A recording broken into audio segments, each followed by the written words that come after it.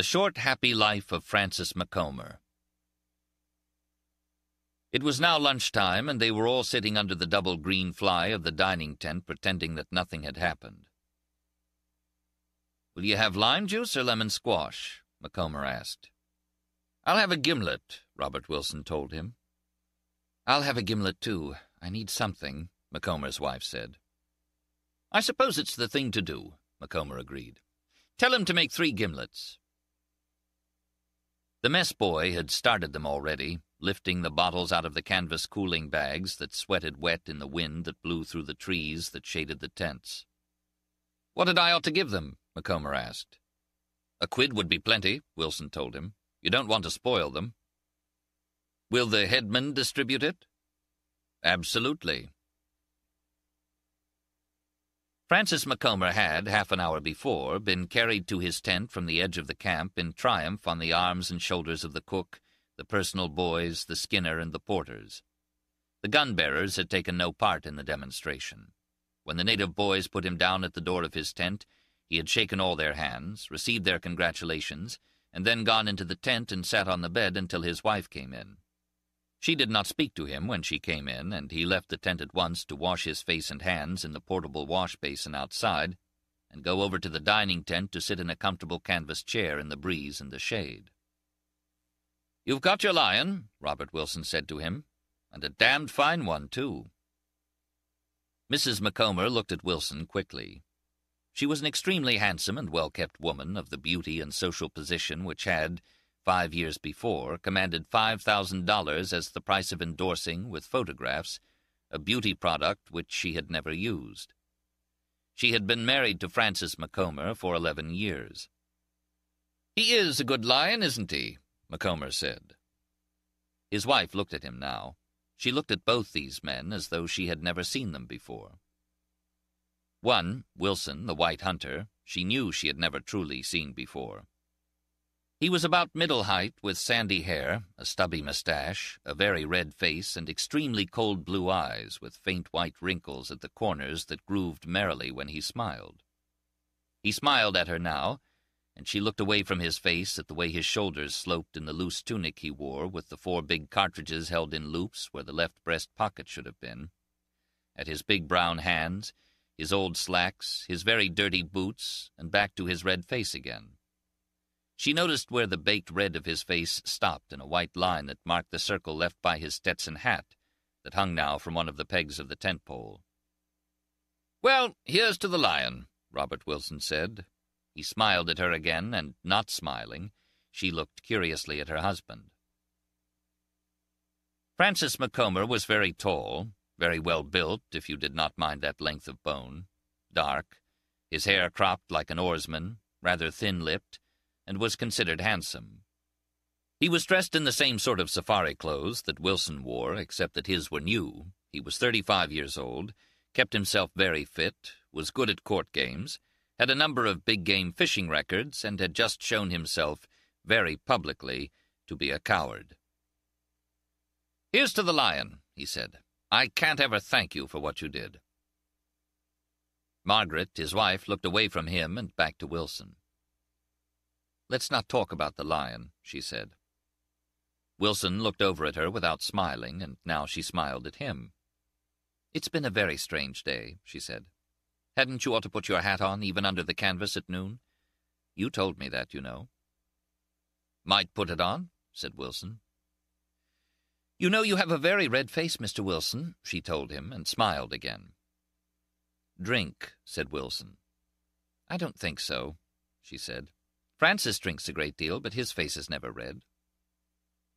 "It's red today," Macomber tried a joke. "No," said Margaret, "it's mine that's red today, but Mr. Wilson's is always red." "Must be racial," said Wilson. "I say, you wouldn't like to drop my beauty as a topic, would you?" "I've just started on it." "Let's chuck it," said Wilson. "Conversation is going to be so difficult," Margaret said. "Don't be silly, Margot," her husband said. "No difficulty," Wilson said. "Got a damn fine lion." Margot looked at them both, and they both saw that she was going to cry. Wilson had seen it coming for a long time, and he dreaded it. Macomber was past dreading it. "I wish it hadn't happened. Oh, I wish it hadn't happened," she said, and started for her tent. She made no noise of crying, but they could see that her shoulders were shaking under the rose-colored, sun-proofed shirt she wore. "Women upset," said Wilson to the tall man.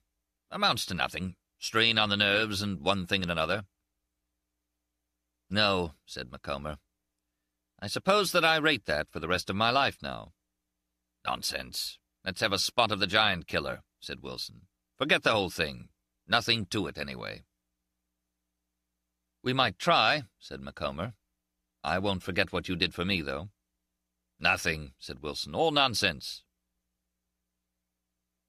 So they sat there in the shade where the camp was pitched under some wide-topped acacia trees with a boulder-strewn cliff behind them, and a stretch of grass that ran to the bank of a boulder-filled stream in front with forest beyond it, and drank their just cool lime drinks and avoided one another's eyes while the boys set the table for lunch.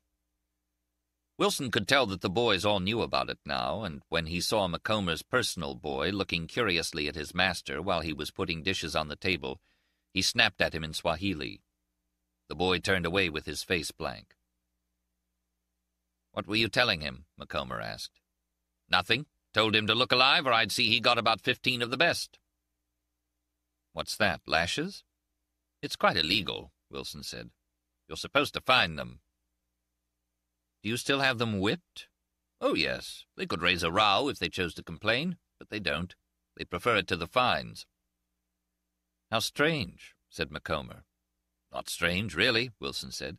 "Which would you rather do, take a good birching or lose your pay?" Then he felt embarrassed at asking it, and before Macomber could answer, he went on, "We all take a beating every day, you know, one way or another." This was no better. Good God, he thought, I am a diplomat, aren't I? "Yes, we take a beating," said Macomber, still not looking at him. "I'm awfully sorry about that lion business. It doesn't have to go any further, does it? I mean, no one will hear about it, will they?" "You mean, will I tell it at the Mataiga Club?" Wilson looked at him now coldly. He had not expected this. So he's a bloody four-letter man as well as a bloody coward, he thought. I rather liked him, too, until today. But how is one to know about an American?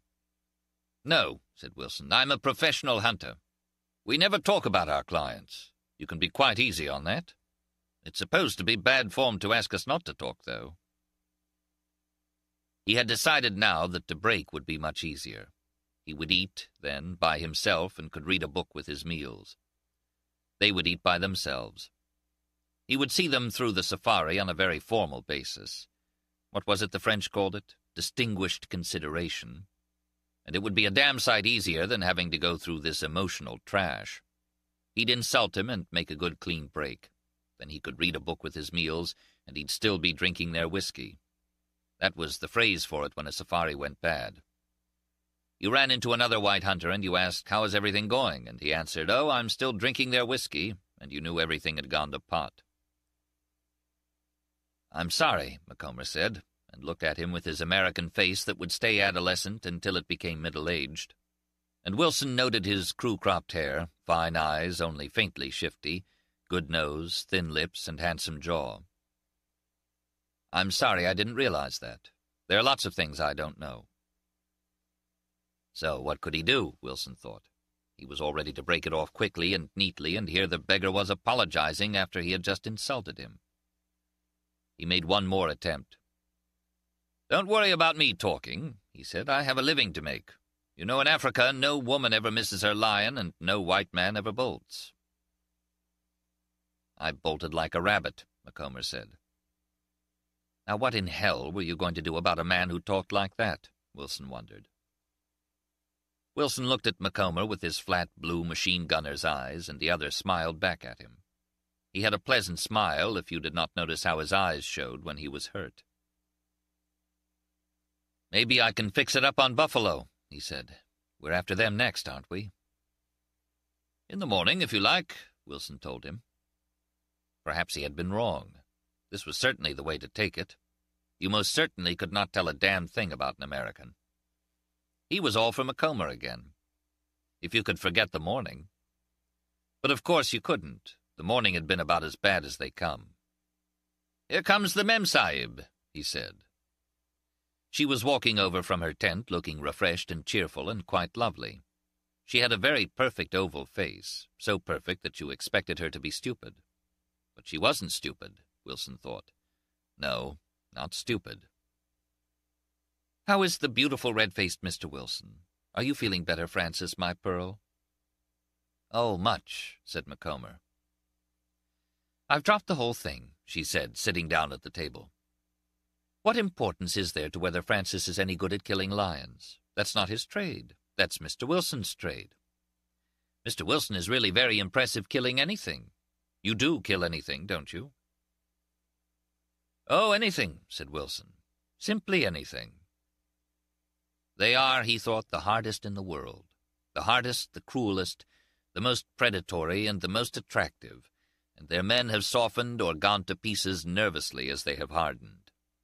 Or is it that they pick men they can handle? They can't know that much at the age they marry, he thought. He was grateful that he had gone through his education on American women before now, because this was a very attractive one. "We're going after Buff in the morning," he told her. "I'm coming," she said. "No, you're not." "Oh, yes, I am. Mayn't I, Francis?" "Why not stay in camp?" "Not for anything," she said. "I wouldn't miss something like today for anything." When she left, Wilson was thinking, when she went off to cry, she seemed a hell of a fine woman. She seemed to understand, to realize, to be hurt for him and for herself, and to know how things really stood. She is away for 20 minutes, and now she is back, simply enameled in that American female cruelty. They are the damnedest women, really the damnedest. "We'll put on another show for you tomorrow," Francis Macomber said. "You're not coming," Wilson said. "You're very mistaken," she told him. "And I want so to see you perform again. You were lovely this morning. That is, if blowing things' heads off is lovely." "Here's the lunch," said Wilson. "You're very merry, aren't you?" "Why not? I didn't come out here to be dull." "Well, it hasn't been dull," Wilson said. He could see the boulders in the river and the high bank beyond with the trees, and he remembered the morning. "Oh, no," she said, "it's been charming. And tomorrow. You don't know how I look forward to tomorrow." "That's eland he's offering you," Wilson said. "They're the big cowy things that jump like hares, aren't they?" "I suppose that describes them," Wilson said. "It's very good meat," Macomber said. "Did you shoot it, Francis?" she asked. "Yes." "They're not dangerous, are they?" "Only if they fall on you," Wilson told her. "I'm so glad." "Why not let up on the bitchery just a little, Margot?" Macomber said, cutting the eland steak and putting some mashed potato, gravy, and carrot on the down-turned fork that tined through the piece of meat. "I suppose I could," she said, "since you put it so prettily." "Tonight we'll have champagne for the lion," Wilson said. "It's a bit too hot at noon."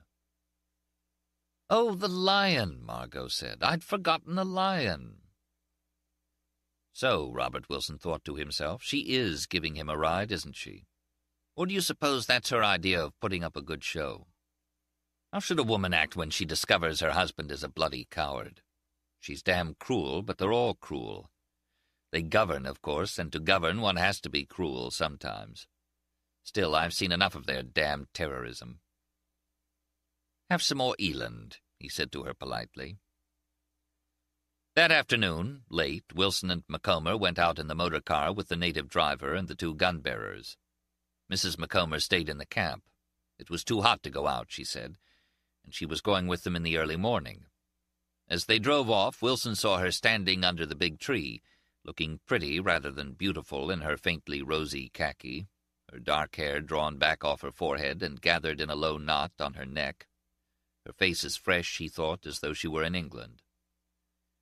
She waved to them as the car went off through the swale of high grass and curved around through the trees into the small hills of orchard bush.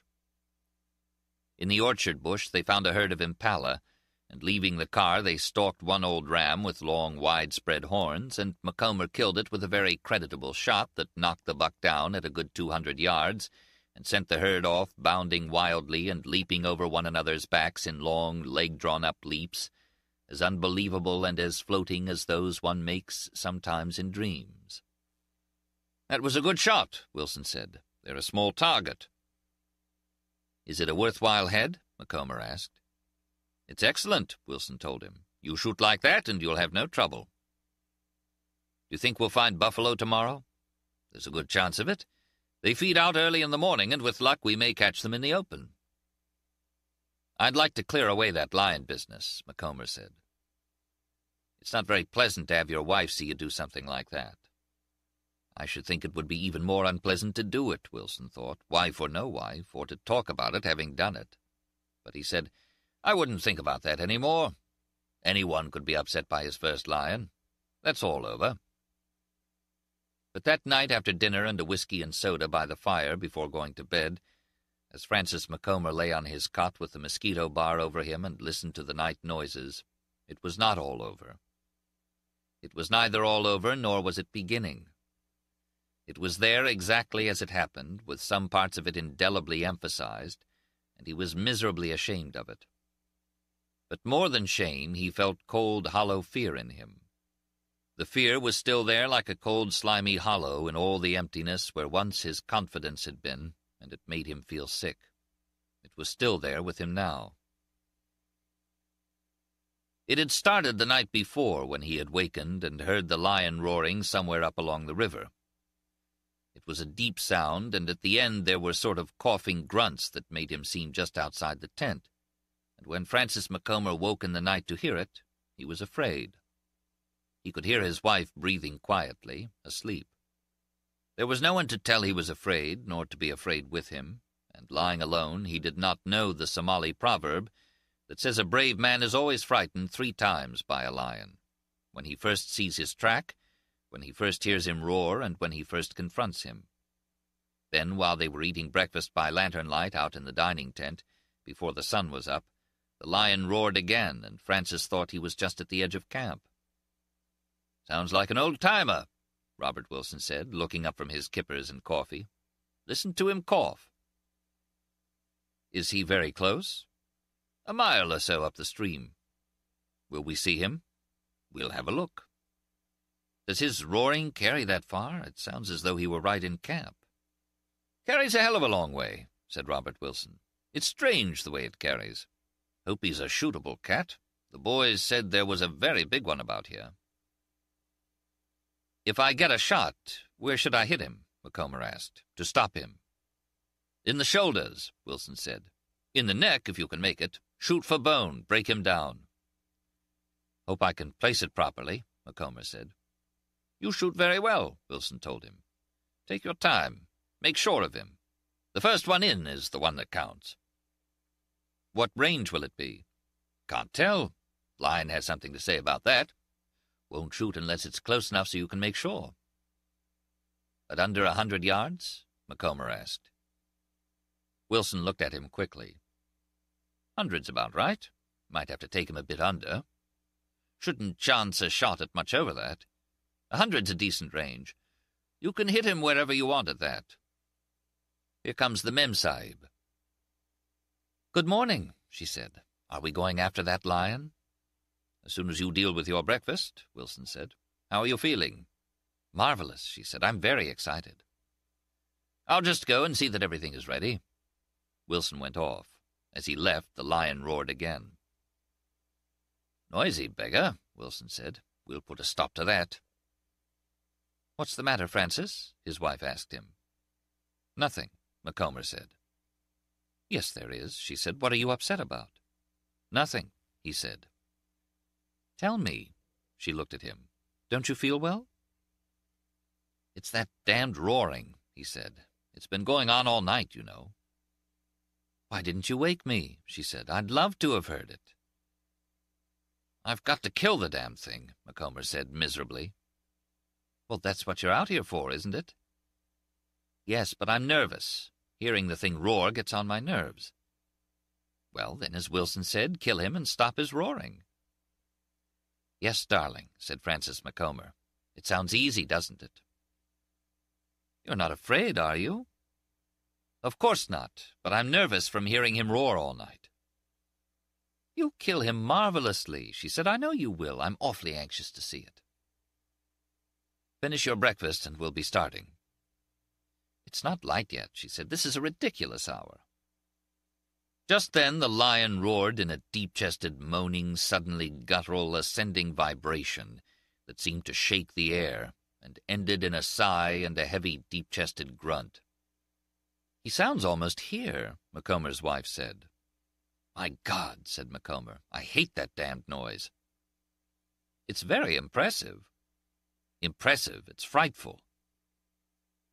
Robert Wilson came up then, carrying his short, ugly, shockingly big board 505 Gibbs, and grinning.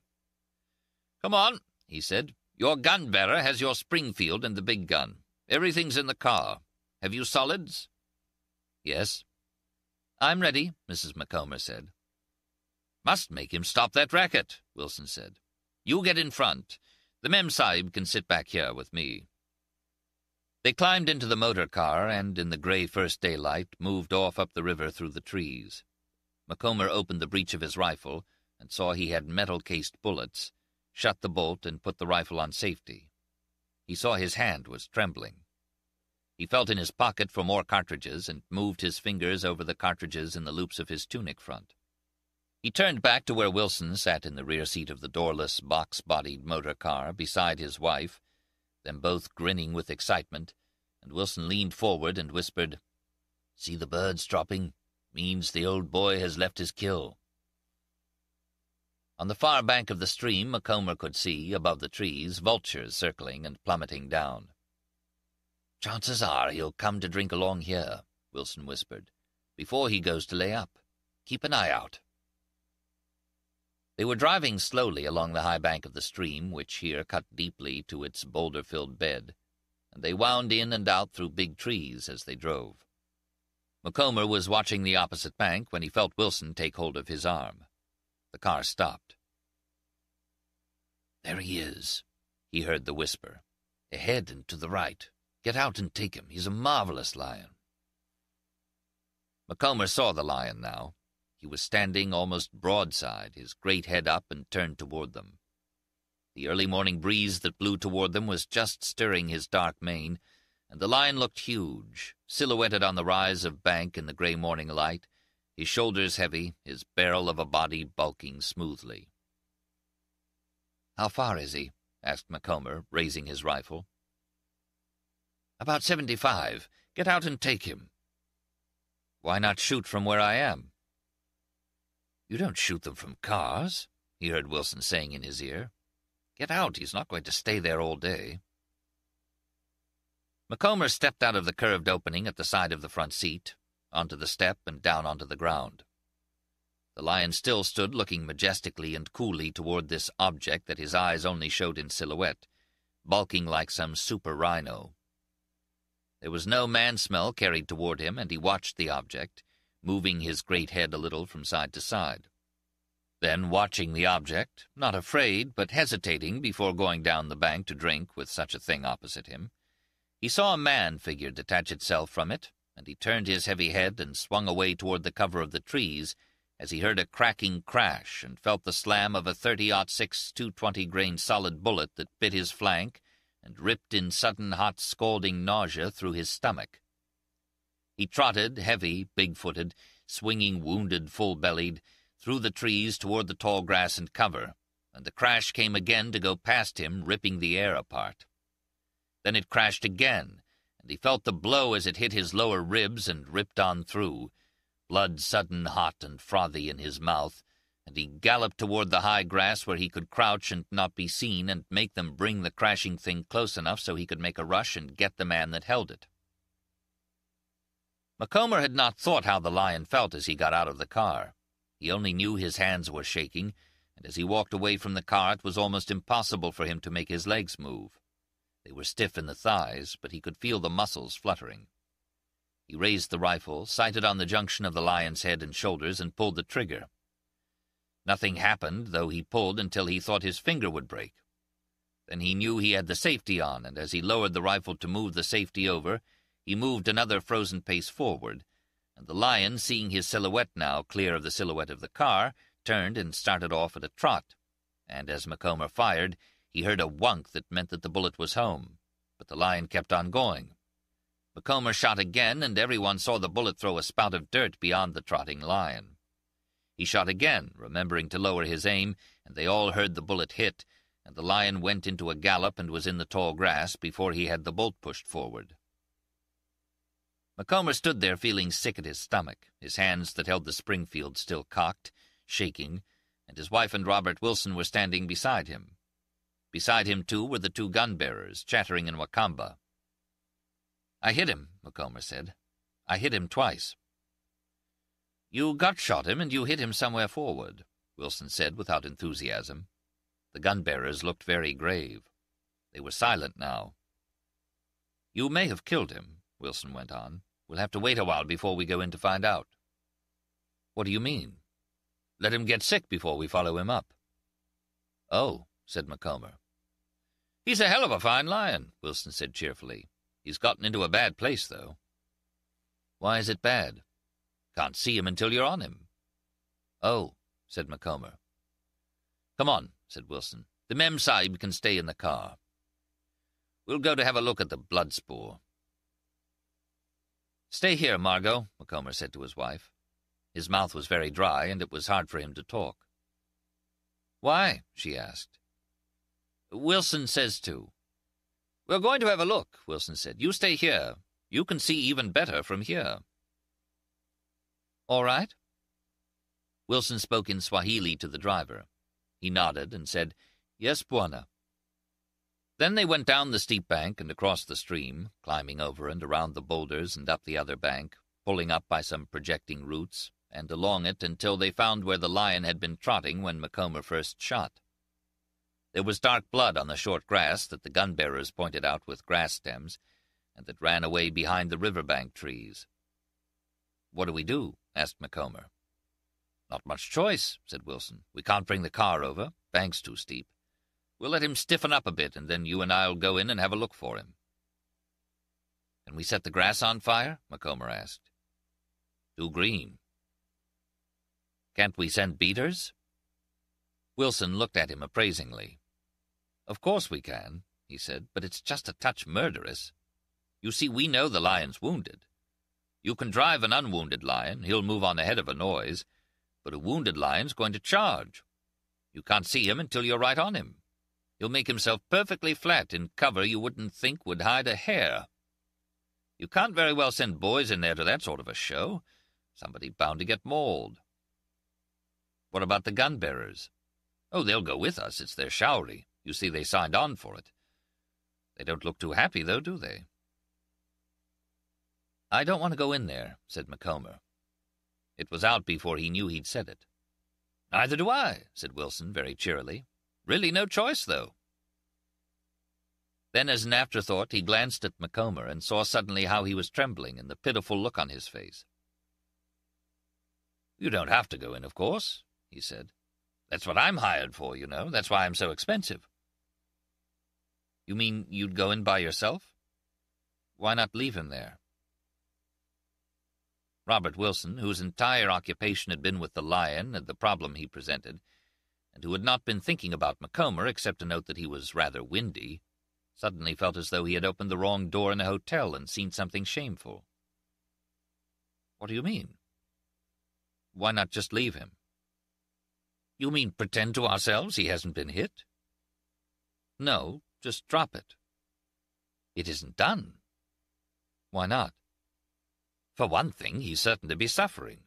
For another, someone else might run into him." "I see. But you don't have to have anything to do with it." "I'd like to," Macomber said. "I'm just scared, you know." "I'll go ahead when we go in," Wilson said, "with Kongoni tracking. You keep behind me and a little to one side. Chances are we'll hear him growl. If we see him, we'll both shoot. Don't worry about anything. I'll keep you backed up. As a matter of fact, you know, perhaps you'd better not go. It might be much better. Why don't you go over and join the Mem Sahib while I just get it over with?" "No, I want to go." "All right," said Wilson, "but don't go in if you don't want to. This is my showery now, you know." "I want to go," said Macomber. They sat under a tree and smoked. "Want to go back and speak to the Memsahib while we're waiting?" Wilson asked. "No. I'll just step back and tell her to be patient." "Good," said Macomber. He sat there, sweating under his arms, his mouth dry, his stomach hollow feeling, wanting to find courage to tell Wilson to go on and finish off the lion without him. He could not know that Wilson was furious because he had not noticed the state he was in earlier and sent him back to his wife. While he sat there, Wilson came up. "I have your big gun," he said. "Take it. We've given him time, I think. Come on." Macomber took the big gun, and Wilson said, "Keep behind me and about 5 yards to the right, and do exactly as I tell you." Then he spoke in Swahili to the 2 gun-bearers, who looked the picture of gloom. "Let's go," he said. "Can I have a drink of water?" Macomber asked.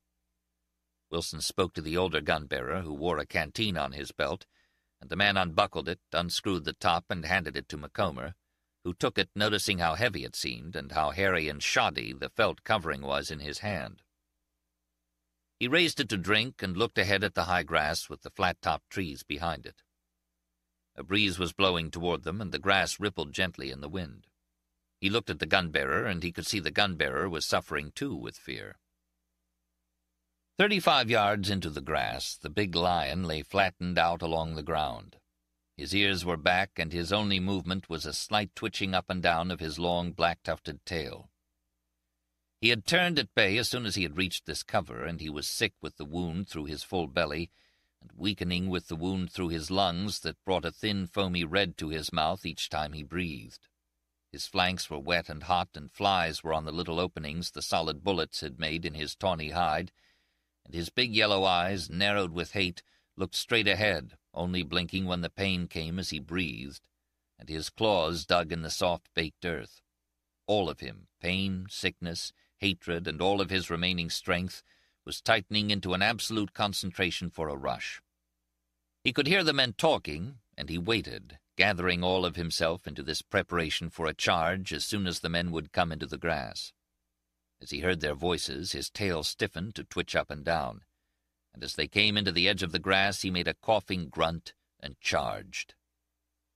Congoni, the old gun-bearer, in the lead watching the blood spoor, Wilson watching the grass for any movement, his big gun ready, the second gun-bearer looking ahead and listening, Macomber close to Wilson, his rifle cocked.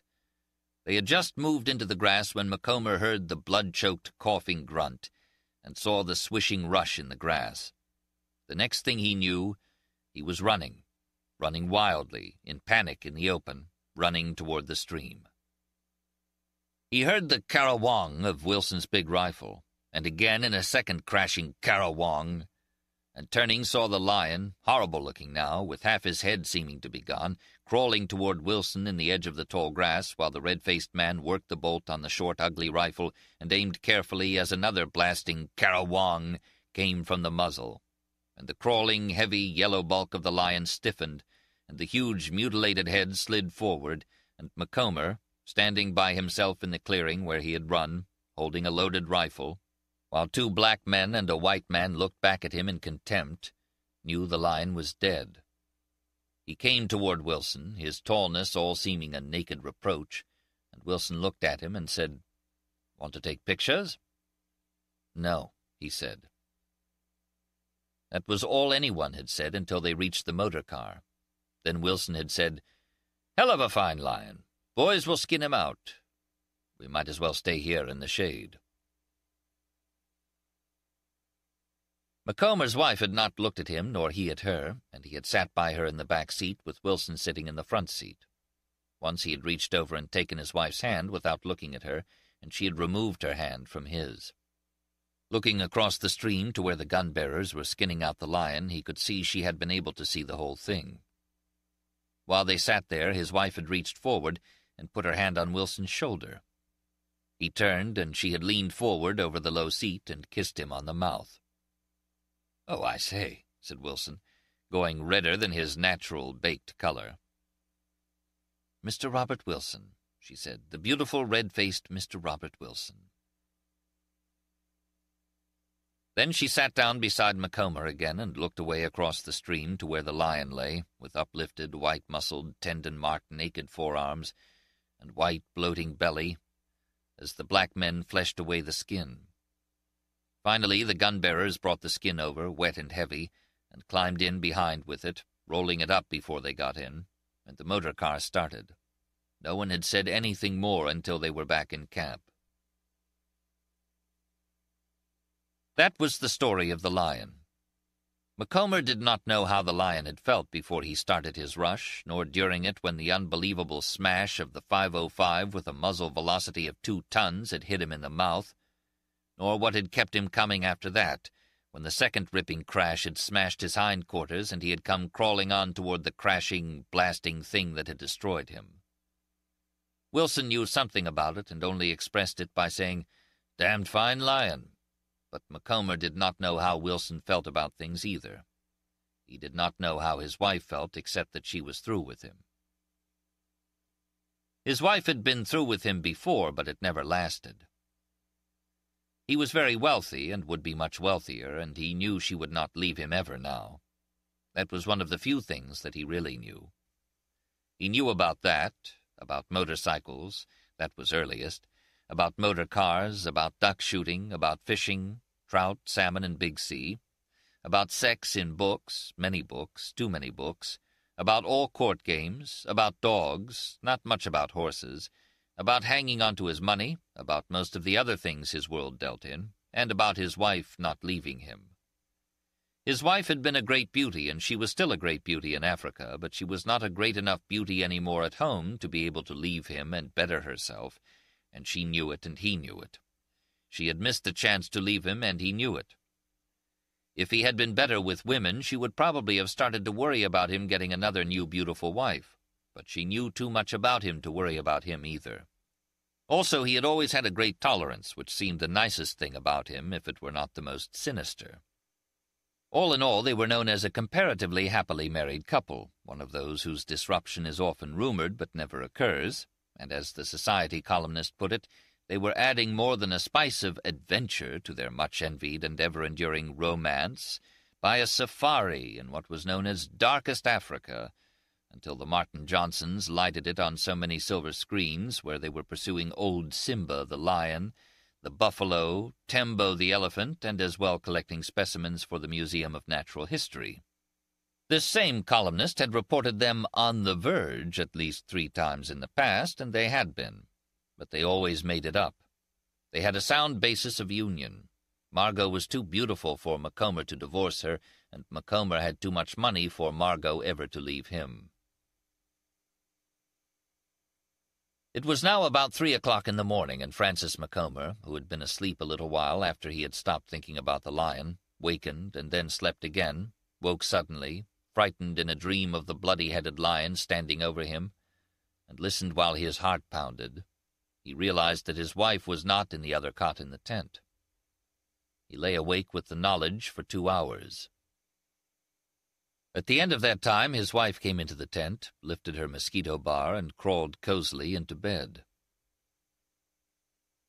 "Where have you been?" Macomber asked in the darkness. "Hello," she said. "Are you awake?"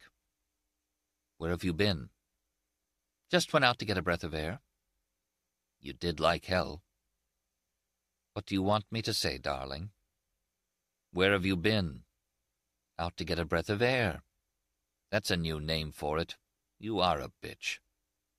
"Well, you're a coward." "All right," he said. "What of it?" "Nothing, as far as I'm concerned. But please, let's not talk, darling, because I'm very sleepy." "You think that I'll take anything." "I know you will, sweet." "Well, I won't." "Please, darling, let's not talk. I'm so very sleepy." "There wasn't going to be any of that. You promised there wouldn't be." "Well, there is now," she said sweetly. "You said if we made this trip that there would be none of that. You promised." "Yes, darling, that's the way I meant it to be, but the trip was spoiled yesterday. We don't have to talk about it, do we?" "You don't wait long when you have an advantage, do you?" "Please, let's not talk. I'm so sleepy, darling." "I'm going to talk." "Don't mind me, then, because I'm going to sleep." And she did. At breakfast, they were all three at the table before daylight, and Francis Macomber found that of all the many men that he hated Robert Wilson the most. "Sleep well?" Wilson asked in his throaty voice, filling a pipe. "Did you?" "Topping," the white hunter told him. "You bastard," thought Macomber, "you insolent bastard." So she woke him when she came in, Wilson thought, looking at them both with his flat, cold eyes. Well, why doesn't he keep his wife where she belongs? What does he think I am, a bloody plaster saint? Let him keep her where she belongs. It's his own fault. "Do you think we'll find buffalo?" Margot asked, pushing away a dish of apricots. "Chance of it," Wilson said, and smiled at her. "Why don't you stay in camp?" "Not for anything," she told him. "Why not order her to stay in camp?" Wilson said to Macomber. "You order her," said Macomber coldly. "Let's not have any ordering, nor," turning to Macomber, "any silliness, Francis," Margot said quite pleasantly. "Are you ready to start?" Macomber asked. "Any time," Wilson told him. "Do you want the Mem Sahib to go?" "Does it make any difference whether I do or not?" The hell with it, thought Robert Wilson. The utter complete hell with it. So this is what it's going to be like. Well, this is what it's going to be like, then. "Makes no difference," he said. "You're sure you wouldn't like to stay in camp with her yourself and let me go out and hunt the buffalo?" Macomber asked. "Can't do that," said Wilson. "Wouldn't talk rot if I were you." "I'm not talking rot. I'm disgusted." "Bad word, disgusted." "Francis, will you please try to speak sensibly?" his wife said. "I speak too damned sensibly," Macomber said. "Did you ever eat such filthy food?" "Something wrong with the food?" asked Wilson quietly. "No more than with everything else." "I'd pull yourself together, laddie buck," Wilson said very quietly. "There's a boy waits at table that understands a little English." The hell with him. Wilson stood up and, puffing on his pipe, strolled away, speaking a few words in Swahili to one of the gun-bearers who was standing waiting for him. Macomber and his wife sat on at the table. He was staring at his coffee cup. "If you make a scene, I'll leave you, darling," Margot said quietly. "No, you won't." "You can try it and see." "You won't leave me." "No," she said, "I won't leave you, and you'll behave yourself." "Behave myself? That's a way to talk. Behave myself." "Yes, behave yourself." "Why don't you try behaving?" "I've tried it so long, so very long." "I hate that red-faced swine," Macomber said. "I loathe the sight of him." "He's really very nice." "Oh, shut up!" Macomber almost shouted. Just then the car came up and stopped in front of the dining tent, and the driver and the two gun-bearers got out. Wilson walked over and looked at the husband and wife sitting there at the table. "Going shooting?" he asked. "Yes," said Macomber, standing up. "Yes." "Better bring a woolly. It will be cool in the car," Wilson said. "I'll get my leather jacket," Margot said. "The boy has it," Wilson told her. He climbed into the front with the driver, and Francis Macomber and his wife sat, not speaking, in the back seat. "Hope the silly beggar doesn't take a notion to blow the back of my head off," Wilson thought to himself. "Women are a nuisance on safari." The car was grinding down to cross the river at a pebbly ford in the grey daylight, and then climbed, angling up the steep bank, where Wilson had ordered a way shoveled out the day before so they could reach the park-like wooded rolling country on the far side. It was a good morning, Wilson thought. There was a heavy dew, and as the wheels went through the grass and low bushes, he could smell the odor of the crushed fronds. It was an odor like verbena, and he liked this early morning smell of the dew, the crushed bracken, and the look of the tree trunks showing black through the early morning mist, as the car made its way through the untracked park-like country. He had put the two in the back seat out of his mind now, and was thinking about buffalo. The buffalo that he was after stayed in the daytime in a thick swamp where it was impossible to get a shot. but in the night they fed out into an open stretch of country, and if he could come between them and their swamp with the car, Macomber would have a good chance at them in the open. He did not want to hunt buff with Macomber in thick cover. He did not want to hunt buff or anything else with Macomber at all, but he was a professional hunter, and he had hunted with some rare ones in his time. If they got buff today, there would only be rhino to come, and the poor man would have gone through his dangerous game, and things might pick up. He'd have nothing more to do with the woman, and Macomber would get over that, too. He must have gone through plenty of that before, by the look of things. Poor beggar. He must have a way of getting over it. Well, it was the poor sod's own bloody fault. He, Robert Wilson, carried a double-sized cot on safari to accommodate any windfalls he might receive. He had hunted for a certain clientele, the international fast sporting set, where the women did not feel they were getting their money's worth unless they had shared that cot with the white hunter. He despised them when he was away from them, although he liked some of them well enough at the time, but he made his living by them, and their standards were his standards as long as they were hiring him. They were his standards in all except the shooting. He had his own standards about the killing, and they could live up to them or get someone else to hunt them. He knew, too, that they all respected him for this. This Macomber was an odd one, though. Damned if he wasn't. Now the wife. Well, the wife. Yes, the wife. The wife. Well, he'd dropped all that. He looked around at them. Macomber sat grim and furious. Margot smiled at him. She looked younger today, more innocent and fresher, and not so professionally beautiful. What's in her heart, God knows, Wilson thought. She hadn't talked much last night. At that, it was a pleasure to see her. The motor car climbed up a slight rise and went on through the trees and then out into a grassy, prairie-like opening, and kept in the shelter of the trees along the edge, the driver going slowly, and Wilson looking carefully out across the prairie and all along its far side. He stopped the car and studied the opening with his field glasses. Then he motioned to the driver to go on, and the car moved slowly along, the driver avoiding warthog holes and driving around the mud castles ants had built. Then, looking across the opening, Wilson suddenly turned and said, "By God, there they are!" And looking where he pointed, while the car jumped forward and Wilson spoke in rapid Swahili to the driver, Macomber saw 3 huge black animals looking almost cylindrical in their long heaviness, like big black tank cars, moving at a gallop across the far edge of the open prairie. They moved at a stiff-necked, stiff-bodied gallop, and he could see the upswept wide black horns on their heads as they galloped heads out, the heads not moving. "They're 3 old bulls," Wilson said. "We'll cut them off before they get to the swamp." The car was going a wild 45 miles an hour across the open, and as Macomber watched, the buffalo got bigger and bigger until he could see the gray, hairless, scabby look of one huge bull, and how his neck was a part of his shoulders, and the shiny black of his horns as he galloped a little behind the others that were strung out in that steady, plunging gait.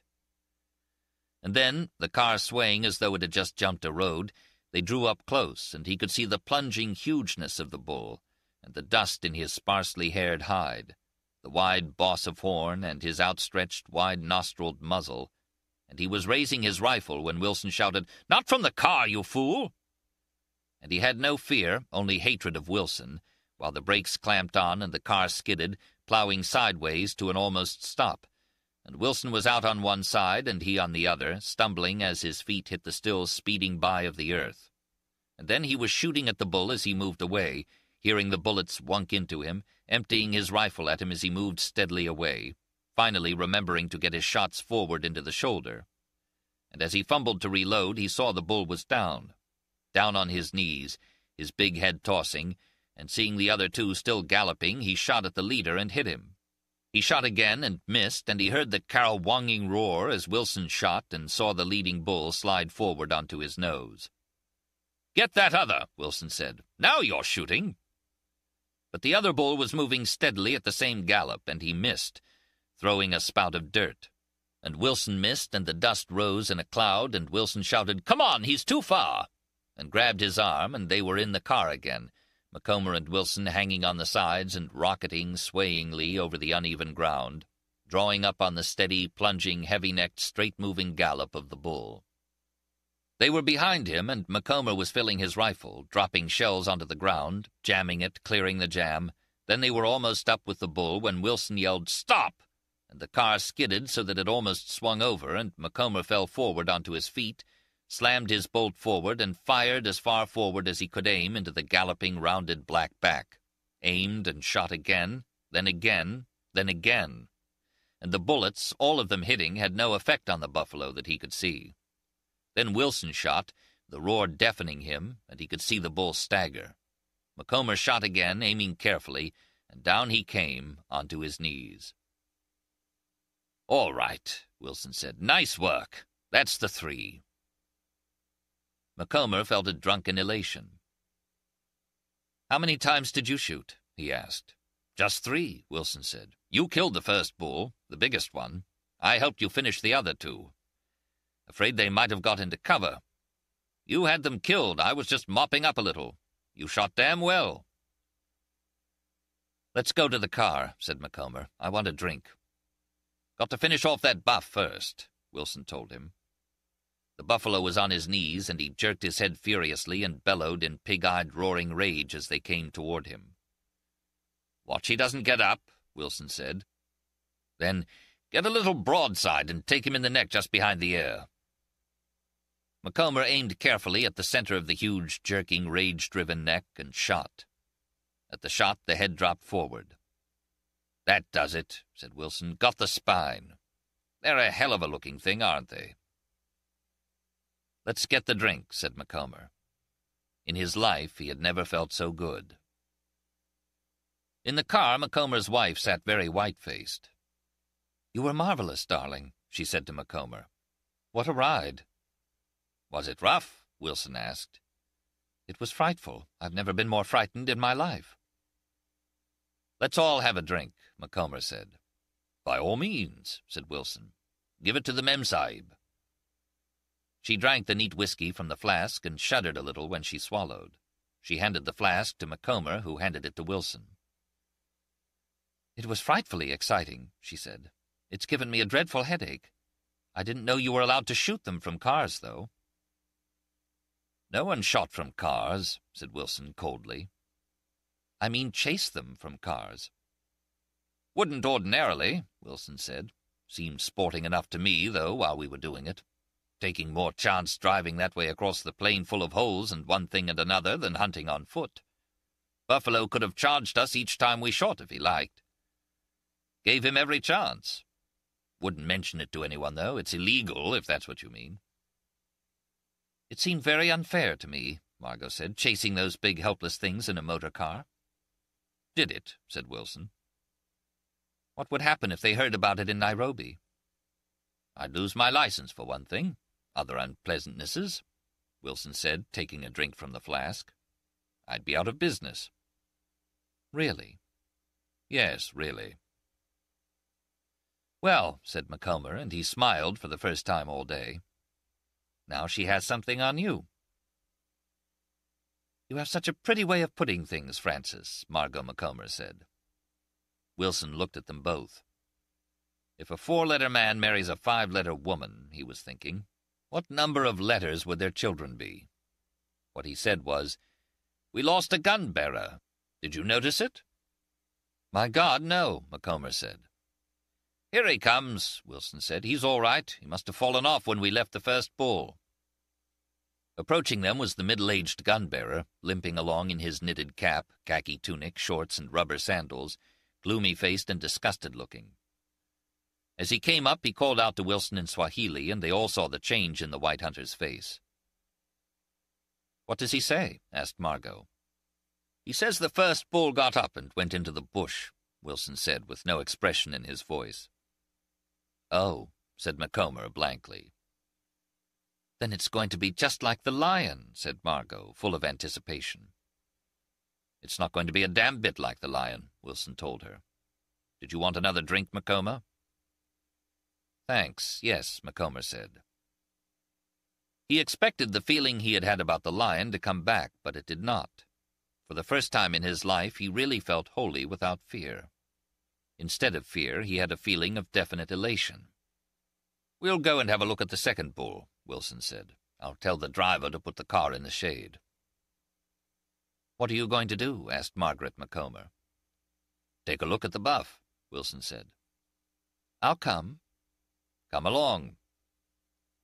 The three of them walked over to where the second buffalo bulked blackly in the open, head forward in the grass, the massive horns swung wide. "He's a very good head," Wilson said. "That's close to a 50-inch spread." Macomber was looking at him with delight. "He's hateful looking," said Margot. "Can't we go into the shade?" "Of course," Wilson said. "Look," he said to Macomber and pointed. "See that patch of bush?" "Yes." "That's where the first bull went in. The gun-bearer said when he fell off the bull was down. He was watching us helling along and the other two buff galloping. When he looked up, there was the bull up and looking at him. Gun-bearer ran like hell, and the bull went off slowly into that bush." "Can we go in after him now?" asked Macomber eagerly. Wilson looked at him appraisingly. Damned if this wasn't a strange one, he thought. Yesterday he's scared sick, and today he's a ruddy fire-eater. "No, we'll give him a while." "Let's please go into the shade," Margot said. Her face was white, and she looked ill. They made their way to the car, where it stood under a single wide-spreading tree, and all climbed in. "Chances are he's dead in there," Wilson remarked. "After a while we'll have a look." Macomber felt a wild, unreasonable happiness that he had never known before. "By God, that was a chase," he said. "I've never felt any such feeling. Wasn't it marvelous, Margot?" "I hated it." "Why?" "I hated it," she said bitterly. "I loathed it." "You know, I don't think I'd ever be afraid of anything again," Macomber said to Wilson. "Something happened in me after we first saw the buff and started after him, like a dam bursting. It was pure excitement." "Cleans out your liver," said Wilson. "Damn funny things happen to people." Macomber's face was shining. "You know, something did happen to me," he said. "I feel absolutely different."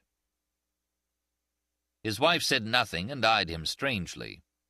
She was sitting far back in the seat, and Macomber was sitting forward, talking to Wilson, who turned sideways, talking over the back of the front seat. "You know, I'd like to try another lion," Macomber said. "I'm really not afraid of them now. After all, what can they do to you?" "That's it," said Wilson. "Worst one can do is kill you. How does it go? Shakespeare. Damned good. See if I can remember. Oh, damned good. Used to quote it to myself at one time. Let's see. By my troth, I care not. A man can die but once. We owe God a death, and let it go which way it will. He that dies this year is quit for the next. Damned fine, eh?" He was very embarrassed, having brought out this thing he had lived by, but he had seen men come of age before, and it always moved him. It was not a matter of their 21st birthday. It had taken a strange chance of hunting, a sudden precipitation into action without opportunity for worrying beforehand, to bring this about with Macomber, but regardless of how it had happened, it had most certainly happened. Look at the beggar now, Wilson thought. It's that some of them stay little boys so long, Wilson thought, sometimes all their lives. Their figures stay boyish when they're 50. The great American boy men. Damned strange people. But he liked this Macomber now. Damned strange fellow. Probably meant the end of cuckoldry, too. Well, that would be a damned good thing. Damned good thing. Beggar had probably been afraid all his life. Don't know what started it, but over now. Hadn't had time to be afraid with the buff. That, and being angry, too. Motor car, too. Motor cars made it familiar. Be a damn fire-eater now. He'd seen it in the war work the same way. More of a change than any loss of virginity. Fear gone like an operation. Something else grew in its place. Main thing a man had, made him into a man. Women knew it, too. No bloody fear. From the far corner of the seat, Margaret Macomber looked at the two of them. There was no change in Wilson. She saw Wilson as she had seen him the day before, when she had first realized what his great talent was. But she saw the change in Francis Macomber now. "Do you have that feeling of happiness about what's going to happen?" Macomber asked, still exploring his new wealth. "You're not supposed to mention it," Wilson said, looking in the other's face. "Much more fashionable to say you're scared. Mind you, you'll be scared, too, plenty of times. But you have a feeling of happiness about action to come." "Yes," said Wilson, "there's that. Doesn't do to talk too much about all this. Talk the whole thing away. No pleasure in anything if you mouth it up too much." "You're both talking rot," said Margot. "Just because you've chased some helpless animals in a motor car, you talk like heroes." "Sorry," said Wilson. "I have been gassing too much." "She's worried about it already," he thought. "If you don't know what we're talking about, why not keep out of it?" Macomber asked his wife. "You've gotten awfully brave, awfully suddenly," his wife said contemptuously, but her contempt was not secure. She was very afraid of something. Macomber laughed, a very natural, hearty laugh. "You know, I have," he said. "I really have." "Isn't it sort of late?" Margot said bitterly. Because she had done the best she could for many years back, and the way they were together now was no one person's fault. "Not for me," said Macomber. Margot said nothing, but sat back in the corner of the seat. "Do you think we've given him time enough?" Macomber asked Wilson cheerfully. "We might have a look," Wilson said. "Have you any solids left?" "The gun-bearer has some." Wilson called in Swahili, and the older gun-bearer, who was skinning out one of the heads, straightened up, pulled a box of solids out of his pocket, and brought them over to Macomber, who filled his magazine and put the remaining shells in his pocket. "You might as well shoot the Springfield," Wilson said. "You're used to it. We'll leave the Mannlicher in the car with the Memsahib. Your gun-bearer can carry your heavy gun. I've this damned cannon. Now let me tell you about them." He had saved this until the last because he did not want to worry Macomber. "When a buff comes, he comes with his head high and thrusts straight out. The boss of the horns covers any sort of a brain shot. The only shot is straight into the nose. The only other shot is into his chest, or if you're to one side, into the neck or the shoulders. After they've been hit once, they take a hell of a lot of killing. Don't try anything fancy. Take the easiest shot there is. They've finished skinning out that head now. Should we get started?" He called to the gun-bearers, who came up wiping their hands, and the older one got into the back.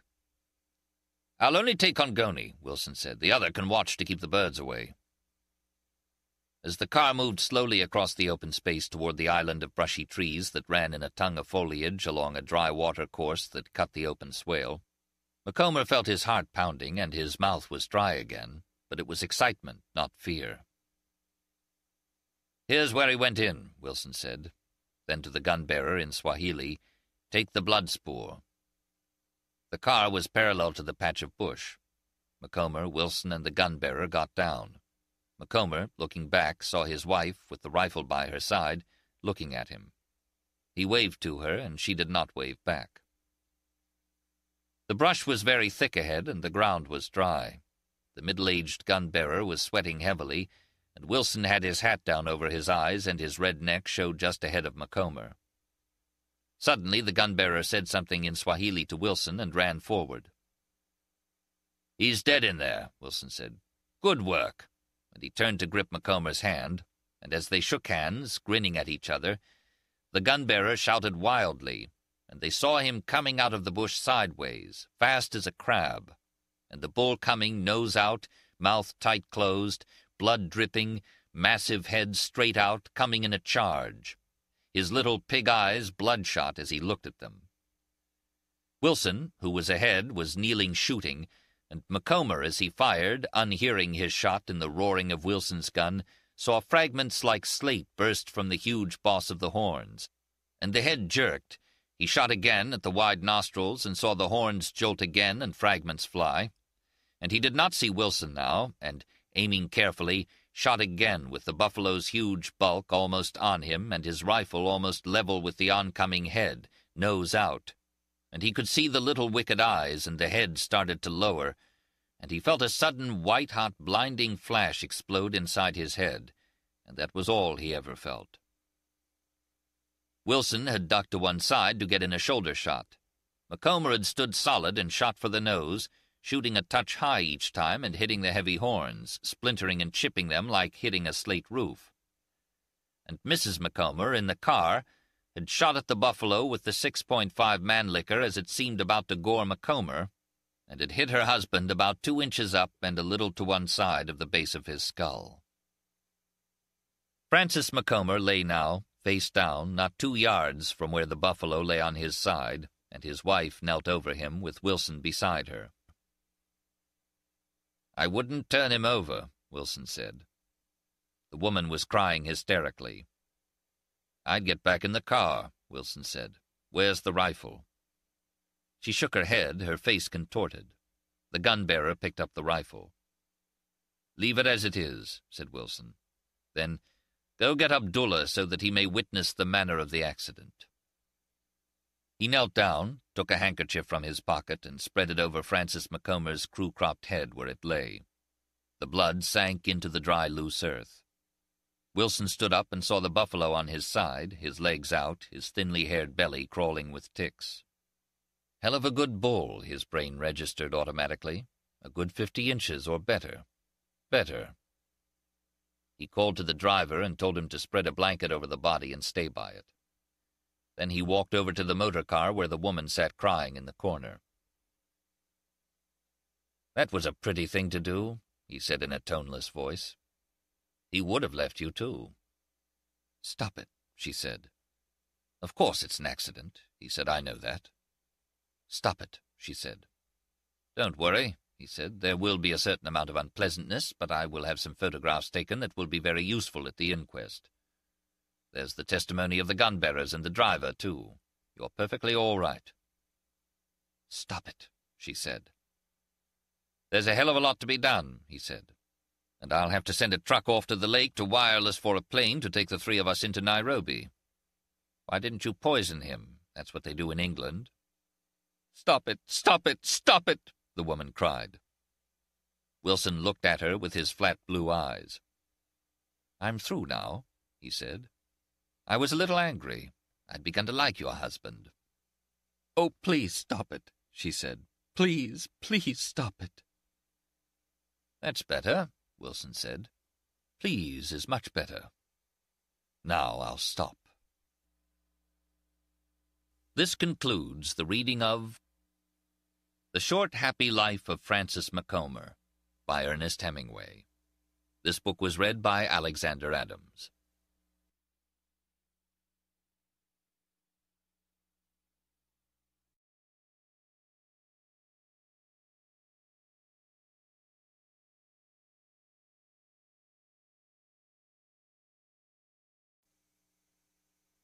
The Snows of Kilimanjaro.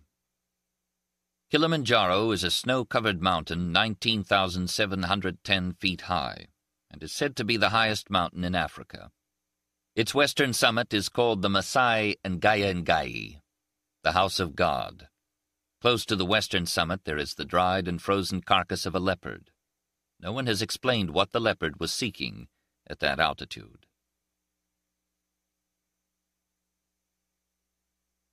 "The marvelous thing is that it's painless," he said. "That's how you know when it starts." "Is it really?" "Absolutely. I'm awfully sorry about the odor, though. That must bother you." "Don't. Please don't." "Look at them," he said. "Now, is it sight or is it scent that brings them like that?" The cot the man lay on was in the wide shade of a mimosa tree, and as he looked out past the shade onto the glare of the plain, there were 3 of the big birds squatted obscenely, while in the sky a dozen more sailed, making quick-moving shadows as they passed. "They've been there since the day the truck broke down," he said. "Today's the first time any have lit on the ground. I watched the way they sailed very carefully at first in case I ever wanted to use them in a story. That's funny now." "I wish you wouldn't," she said. "I'm only talking," he said. "It's much easier if I talk. But I don't want to bother you." "You know it doesn't bother me," she said. "It's that I've gotten so very nervous not being able to do anything. I think we might make it as easy as we can until the plane comes." "Or until the plane doesn't come." "Please tell me what I can do. There must be something I can do." You can take the leg off, and that might stop it, though I doubt it. Or you can shoot me. You're a good shot now. I taught you to shoot, didn't I? Please don't talk that way. Couldn't I read to you? Read what? Anything in the book bag that we haven't read. I can't listen to it, he said. Talking is the easiest. We quarrel, and that makes the time pass. I don't quarrel. I never want to quarrel. Let's not quarrel any more, no matter how nervous we get. Maybe they will be back with another truck today. Maybe the plane will come. I don't want to move, the man said. There's no sense in moving now except to make it easier for you. That's cowardly. Can't you let a man die as comfortably as he can without calling him names? What's the use of slanging me? You're not going to die. Don't be silly. I'm dying now. Ask those bastards. He looked over to where the huge, filthy birds sat, their naked heads sunk in the hunched feathers. A fourth planed down, to run quick-legged and then waddle slowly toward the others. They are around every camp. You never notice them. You can't die if you don't give up. Where did you read that? You're such a bloody fool. You might think about someone else. For Christ's sake, he said, that's been my trade. He lay then and was quiet for a while and looked across the heat shimmer of the plain to the edge of the bush. There were a few Tommies that showed minute and white against the yellow, and far off he saw a herd of zebra, white against the green of the bush. This was a pleasant camp under big trees against a hill, with good water, and close by a nearly dry waterhole where sand grouse flighted in the mornings. "Wouldn't you like me to read?" she asked. She was sitting on a canvas chair beside his cot. "There's a breeze coming up." "No, thanks." "Maybe the truck will come." "I don't give a damn about the truck." "I do." "You give a damn about so many things that I don't." "Not so many, Harry." "What about a drink?" "It's supposed to be bad for you. It's said in blacks to avoid all alcohol. You shouldn't drink." "Molo!" he shouted. "Yes, Bwana." "Bring whiskey soda." "Yes, Bwana." "You shouldn't," she said. "That's what I mean by giving up. It says it's bad for you. I know it's bad for you." "No," he said, "it's good for me." So now it was all over, he thought. So now he would never have a chance to finish it. So this was the way it ended, in a bickering over a drink. Since the gangrene started in his right leg, he had no pain, and with the pain, the horror had gone, and all he felt now was a great tiredness and anger that this was the end of it. For this, that now was coming, he had very little curiosity. For years it had obsessed him, but now it meant nothing in itself. It was strange how easy being tired enough made it. Now he would never write the things that he had saved to write until he knew enough to write them well. Well, he would not have to fail at trying to write them either. Maybe you would never write them, and that was why you put them off and delayed the starting. Well, he would never know now. "I wish we'd never come," the woman said. She was looking at him, holding the glass and biting her lip. "You never would have gotten anything like this in Paris. You always said you loved Paris. We could have stayed in Paris or gone anywhere. I'd have gone anywhere. I said I'd go anywhere you wanted. If you wanted to shoot, we could have gone shooting in Hungary and been comfortable." "Your bloody money," he said. "That's not fair," she said. "It was always yours as much as mine. I left everything and I went wherever you wanted to go, and I've done what you wanted to do. But I wish we'd never come here."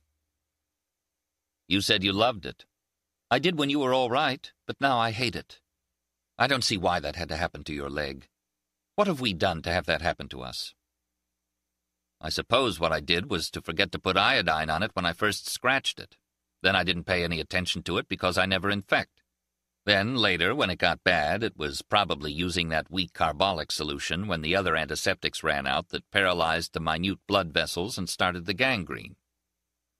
He looked at her. "What else?" "I don't mean that. If we would have hired a good mechanic instead of a half-baked Kikuyu driver, he would have checked the oil and never burned out that bearing in the truck." "I don't mean that. If you hadn't left your own people, your goddamned old Westbury, Saratoga, Palm Beach people, to take me on—" Why, I loved you. That's not fair. I love you now. I'll always love you. Don't you love me?" "No," said the man. "I don't think so. I never have." "Harry, what are you saying? You're out of your head." "No, I haven't any head to go out of." "Don't drink that," she said. "Darling, please don't drink that. We have to do everything we can." "You do it," he said. "I'm tired." Now in his mind he saw a railway station at Karagach and was standing with his pack, and that was the headlight of the Simplon Orient cutting the dark now, and he was leaving Thrace then after the retreat. That was one of the things he had saved to write, with, in the morning at breakfast, looking out the window and seeing snow on the mountains in Bulgaria, and Nansen's secretary asking the old man if it were snow, and the old man looking at it and saying, "No, that's not snow, it's too early for snow," and the secretary repeating to the other girls, "No, you see, it's not snow," and them all saying, "It's not snow, we were mistaken." But it was snow all right, and he sent them on into it when he evolved exchange of populations. And it was snow they tramped along in until they died that winter. It was snow, too, that fell all Christmas week that year up in the Gauertal. That year they lived in the woodcutter's house with the big square porcelain stove that filled half the room, and they slept on mattresses filled with beech leaves, the time the deserter came with his feet bloody in the snow. He said the police were right behind him, and they gave him woolen socks and held the gendarmes talking until the tracks had drifted over. In Schruntz on Christmas Day, the snow was so bright it hurt your eyes when you looked out from the Weinstube and saw everyone coming home from church.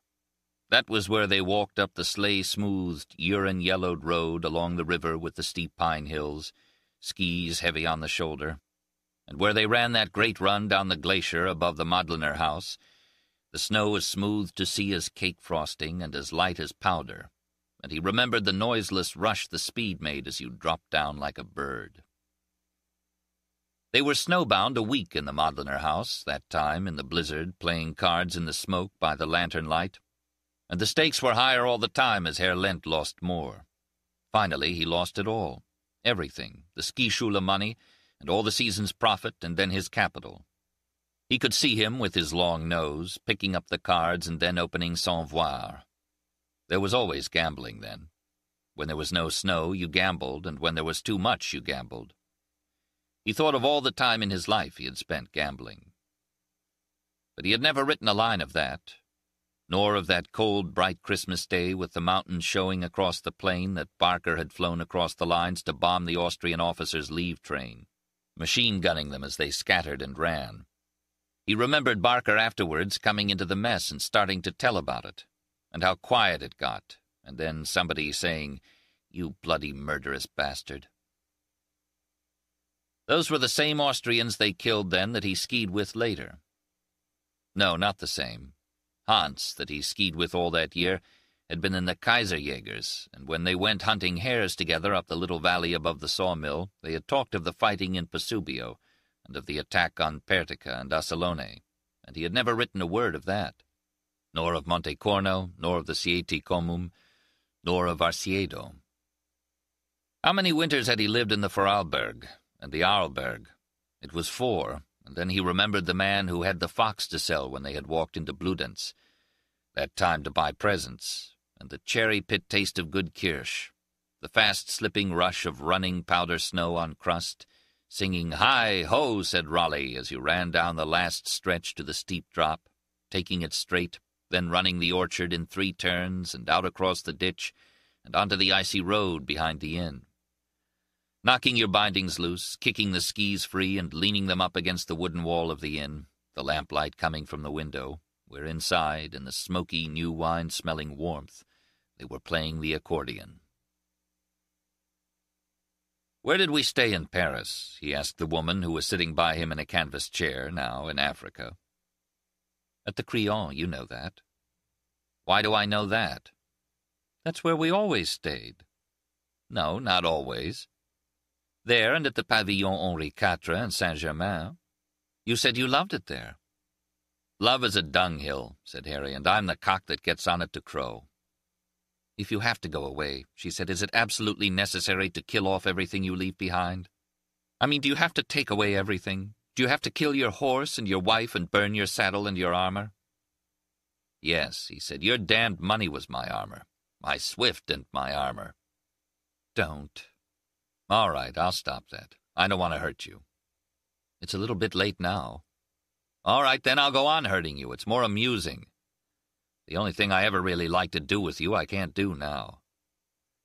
No, that's not true. You like to do many things, and everything you wanted to do, I did.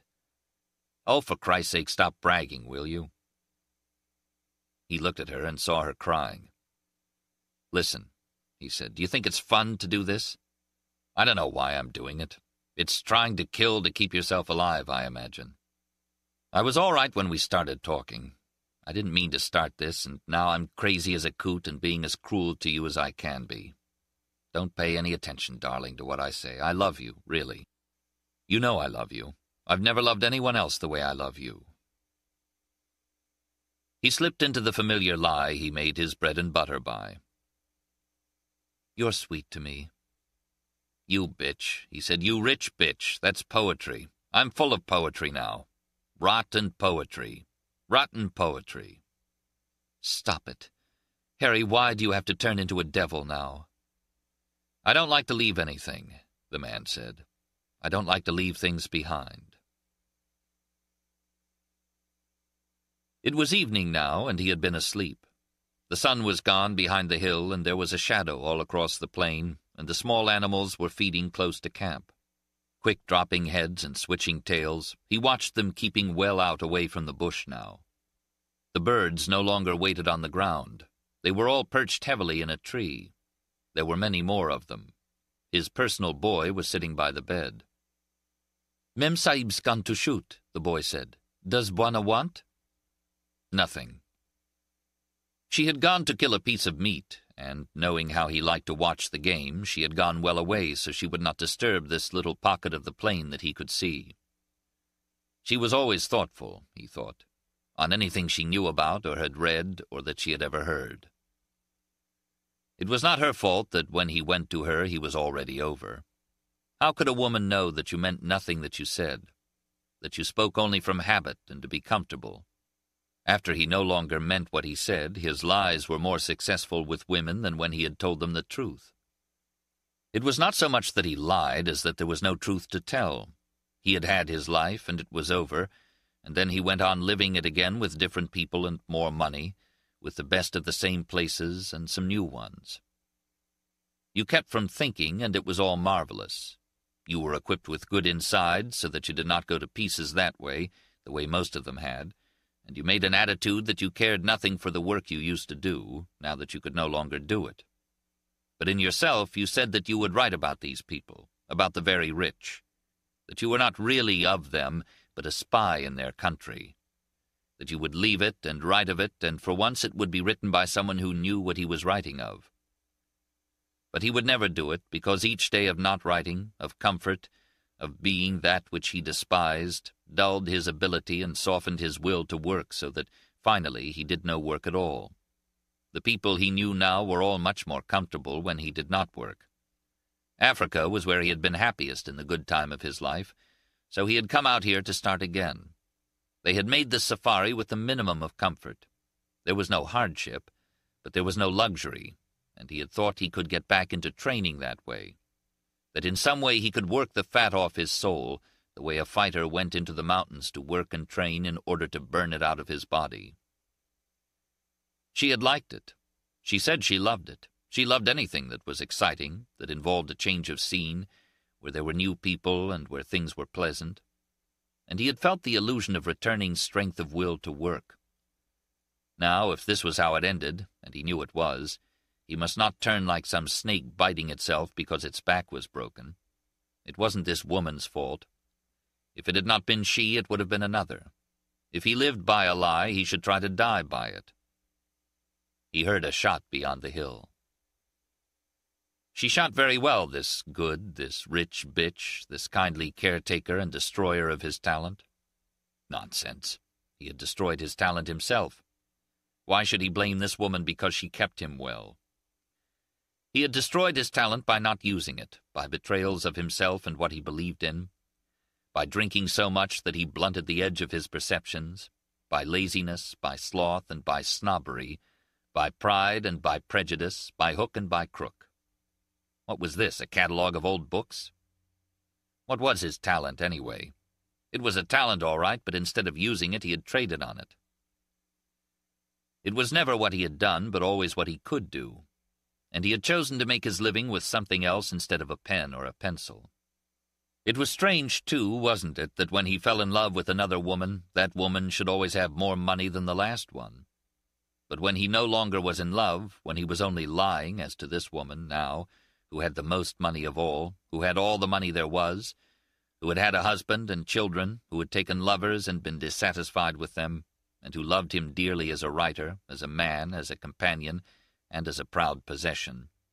It was strange that when he did not love her at all and was lying, that he should be able to give her more for her money than when he had really loved. We must all be cut out for what we do, he thought. However you make your living is where your talent lies. He had sold vitality in one form or another all his life, and when your affections are not too involved, you give much better value for the money. He had found that out, but he would never write that now, either. No, he would not write that, although it was well worth writing. Now she came in sight, walking across the open toward the camp. She was wearing jodhpurs and carrying her rifle. The two boys had a Tommy slung, and they were coming along behind her. She was still a good-looking woman, he thought, and she had a pleasant body. She had a great talent and appreciation for the bed. She was not pretty, but he liked her face. She read enormously, liked to ride and shoot, and certainly she drank too much. Her husband had died when she was still a comparatively young woman, and for a while she had devoted herself to her two just-grown children, who did not need her and were embarrassed at having her about, to her stable of horses, to books, and to bottles. She liked to read in the evening before dinner, and she drank scotch and soda while she read. By dinner she was fairly drunk, and after a bottle of wine at dinner she was usually drunk enough to sleep. That was before the lovers. After she had the lovers, she did not drink so much because she did not have to be drunk to sleep. But the lovers bored her. She had been married to a man who had never bored her, and these people bored her very much. Then one of her two children was killed in a plane crash, and after that was over she did not want the lovers, and drink being no anesthetic, she had to make another life. Suddenly she had been acutely frightened of being alone, but she wanted someone that she respected with her. It had begun very simply. She liked what he wrote, and she had always envied the life he led. She thought he did exactly what he wanted to. The steps by which she had acquired him and the way in which she had finally fallen in love with him were all part of a regular progression in which she had built herself a new life and he had traded away what remained of his old life. He had traded it for security, for comfort, too, there was no denying that. And for what else? He did not know. She would have bought him anything he wanted. He knew that. She was a damned nice woman, too. He would as soon be in bed with her as anyone. Rather with her, because she was richer, because she was very pleasant and appreciative, and because she never made scenes. And now this life that she had built again was coming to a term, because he had not used iodine 2 weeks ago when a thorn had scratched his knee as they moved forward trying to photograph a herd of waterbucks standing, their heads up, peering while their nostrils searched the air, their ears spread wide to hear the first noise that would send them rushing into the bush. They had bolted, too, before he got the picture. Here she came now. He turned his head on the cot to look toward her. "Hello," he said. "I shot a Tommy ram," she told him. "He'll make you a good broth, and I'll have them mash some potatoes with the clim. How do you feel?" "Much better." "Isn't that lovely? You know, I thought perhaps you would. You were sleeping when I left." "I had a good sleep. Did you walk far?" "No, just around behind the hill. I made quite a good shot on the Tommy." "You shoot marvelously, you know." "I love it. I've loved Africa. Really. If you're all right, it's the most fun that I've ever had. You don't know the fun it's been to shoot with you. I've loved the country." "I love it, too." "Darling, you don't know how marvelous it is to see you feeling better. I couldn't stand it when you felt that way. You won't talk to me like that again, will you? Promise me?" "No," he said. "I don't remember what I said." "You don't have to destroy me, do you? I'm only a middle-aged woman who loves you and wants to do what you want to do. I've been destroyed 2 or 3 times already. You wouldn't want to destroy me again, would you?" "I'd like to destroy you a few times in bed," he said. "Yes, that's the good destruction. That's the way we're made to be destroyed. The plane will be here tomorrow." "How do you know?" "I'm sure it's bound to come. The boys have the wood all ready and the grass to make the smudge. I went down and looked at it again today. There's plenty of room to land, and we have the smudges ready at both ends." "What makes you think it'll come tomorrow?" "I'm sure it will. It's overdue now. Then in town they will fix up your leg, and then we will have some good destruction, not that dreadful talking kind." "Should we have a drink? The sun is down." "Do you think you should?" "I'm having one." "We'll have one together. Molo, Letty Dewey whiskey soda," she called. "You'd better put on your mosquito boots," he told her. "I'll wait till I bathe." While it grew dark, they drank, and just before it was dark and there was no longer enough light to shoot, a hyena crossed the open on his way around the hill. "That bastard crosses there every night," the man said. "Every night for 2 weeks. He's the one makes the noise at night. I don't mind it. They're a filthy animal, though." Drinking together, with no pain now except the discomfort of lying in the one position, the boys lighting a fire, its shadow jumping on the tents, he could feel the return of acquiescence in this life of pleasant surrender. She was very good to him. He had been cruel and unjust in the afternoon. She was a fine woman, marvelous, really. And just then it occurred to him that he was going to die. It came with a rush, not as a rush of water nor of wind, but of a sudden evil-smelling emptiness, and the odd thing was that the hyena slipped lightly along the edge of it. "What is it, Harry?" she asked him. "Nothing," he said. "You had better move over to the other side, to windward." "Did Molo change the dressing?" "Yes, I'm just using the boric now." "How do you feel?" "A little wobbly." "I'm going in to bathe," she said. "I'll be right out. I'll eat with you, and then we'll put the cot in." So, he said to himself, we did well to stop the quarreling. He had never quarreled much with this woman, while with the women that he had loved he had quarreled so much they had finally, always with the corrosion of the quarreling, killed what they had together. He had loved too much, demanded too much, and he wore it all out. He thought about alone in Constantinople that time, having quarreled in Paris before he had gone out. He had whored the whole time, and then, when that was over, and he had failed to kill his loneliness, but only made it worse, he had written her, the first one, the one who left him, a letter telling her how he had never been able to kill it. How, when he thought he saw her outside the Régence one time, it made him go all faint and sick inside, and that he would follow a woman who looked like her in some way, along the boulevard, afraid to see it was not she, afraid to lose the feeling it gave him. How everyone he had slept with had only made him miss her more. How what she had done could never matter, since he knew he could not cure himself of loving her. He wrote this letter at the club, cold sober, and mailed it to New York, asking her to write him at the office in Paris. That seemed safe. And that night, missing her so much it made him feel hollow sick inside, he wandered up past Taksim's, picked a girl up, and took her out to supper.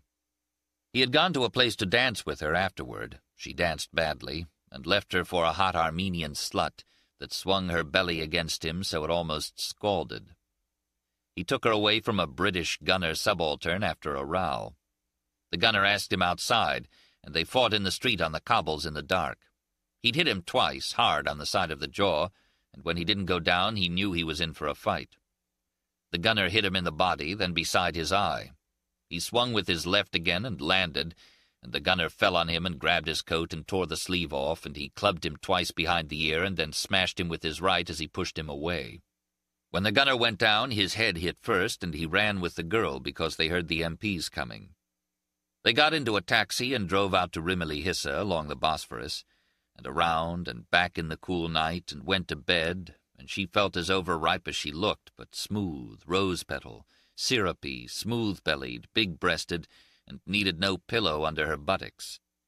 And he left her before she was awake, looking blousy enough in the first daylight, and turned up at the Parapalace with a black eye, carrying his coat because one sleeve was missing.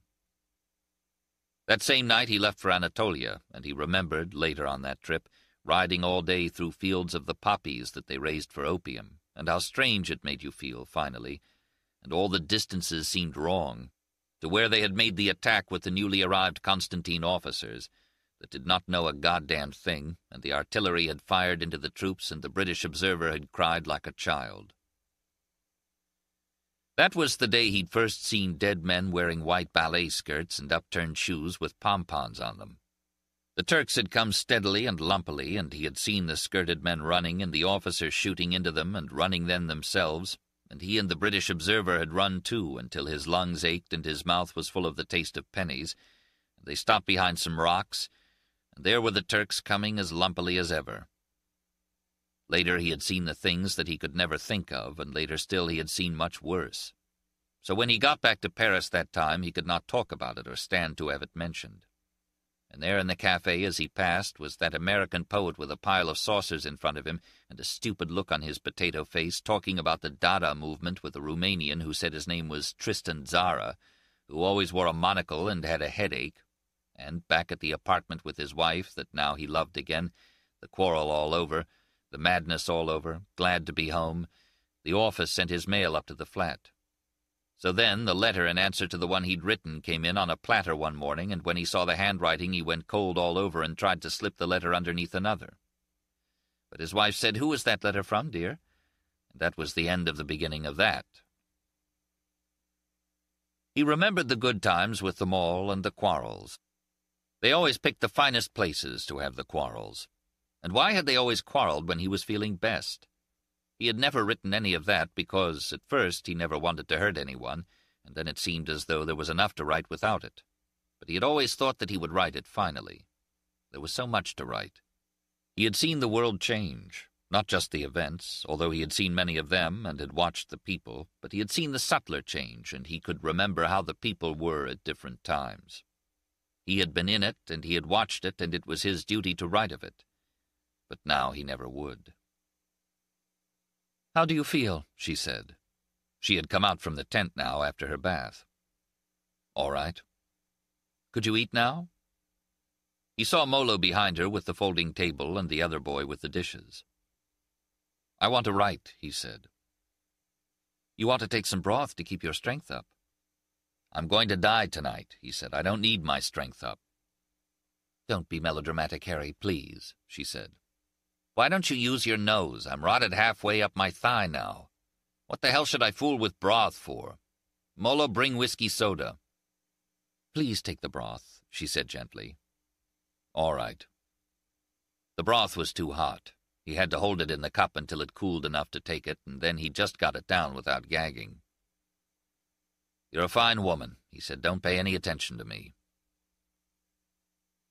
She looked at him with her well-known, well-loved face from Spur and Town and Country, only a little the worse for drink, only a little the worse for bed, but Town and Country never showed those good breasts and those useful thighs and those lightly small-of-back caressing hands.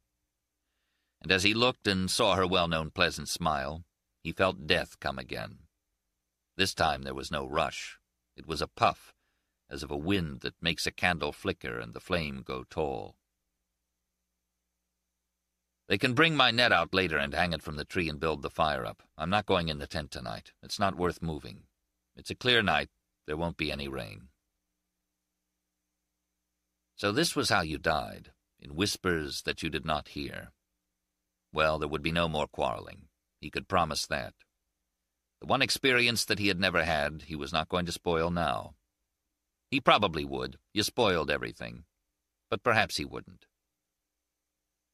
"You can't take dictation, can you?" "I never learned," she told him. "That's all right." There wasn't time, of course, although it seemed as though it telescoped so that you might put it all into one paragraph if you could get it right. There was a log house, chinked white with mortar, on a hill above the lake. There was a bell on a pole by the door to call the people in to meals. Behind the house were fields, and behind the fields was the timber. A line of Lombardy poplars ran from the house to the dock. Other poplars ran along the point. A road went up to the hills, along the edge of the timber, and along that road he picked blackberries. Then that log house was burned down, and all the guns that had been on deer foot racks above the open fireplace were burned, and afterwards their barrels, with the lead melted in the magazines and their stocks burned away, lay out on the heap of ashes that were used to make lye for the big iron soap kettles. And you asked Grandfather if you could have them to play with, and he said no. You see, they were his guns still, and he never bought any others. Nor did he hunt any more. The house was rebuilt in the same place out of lumber now, and painted white, and from its porch you saw the poplars and the lake beyond. But there were never any more guns. The barrels of the guns that had hung on the deer feet on the wall of the log house lay out there on the heap of ashes, and no one ever touched them. In the Black Forest, after the war, we rented a trout stream, and there were 2 ways to walk to it. One was down the valley from Treberg and around the valley road in the shade of the trees that bordered the white road, and then up a side road that went up through the hills, past many small farms, with the big Schwarzwald houses, until that road crossed the stream. That was where our fishing began. The other way was to climb steeply up to the edge of the woods and then go across the top of the hills through the pine woods, and then out to the edge of a meadow and down across this meadow to the bridge. There were birches along the stream, and it was not big, but narrow, clear, and fast, with pools where it had cut under the roots of the birches.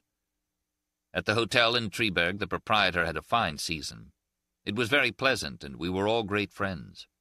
The next year came the inflation, and the money he had made the year before was not enough to buy supplies to open the hotel, and he hanged himself. You could dictate that, but you could not dictate the Place Contrescarpe, where the flower sellers dyed their flowers in the street, and the dye ran over the paving where the autobus started, and the old men and the women, always drunk on wine and bad mark, and the children with their noses running in the cold, the smell of dirty sweat and poverty and drunkenness at the Café des Amateurs, and the whores at the Bal Musette they lived above. The concierge who entertained the trooper of the Garde Républicaine in her loge, his horsehair-plumed helmet on a chair. The locataire across the hall, whose husband was a bicycle racer, and her joy that morning at the Crèmerie when she had opened Loto and seen where he placed 3rd in Paris Tour, his first big race. She had blushed and laughed and then gone upstairs crying with the yellow sporting paper in her hand.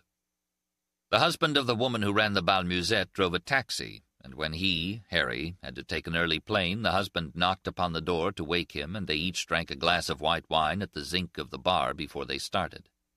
He knew his neighbors in that quarter then, because they were all poor. Around that place there were 2 kinds, the drunkards and the sportifs. The drunkards killed their poverty that way.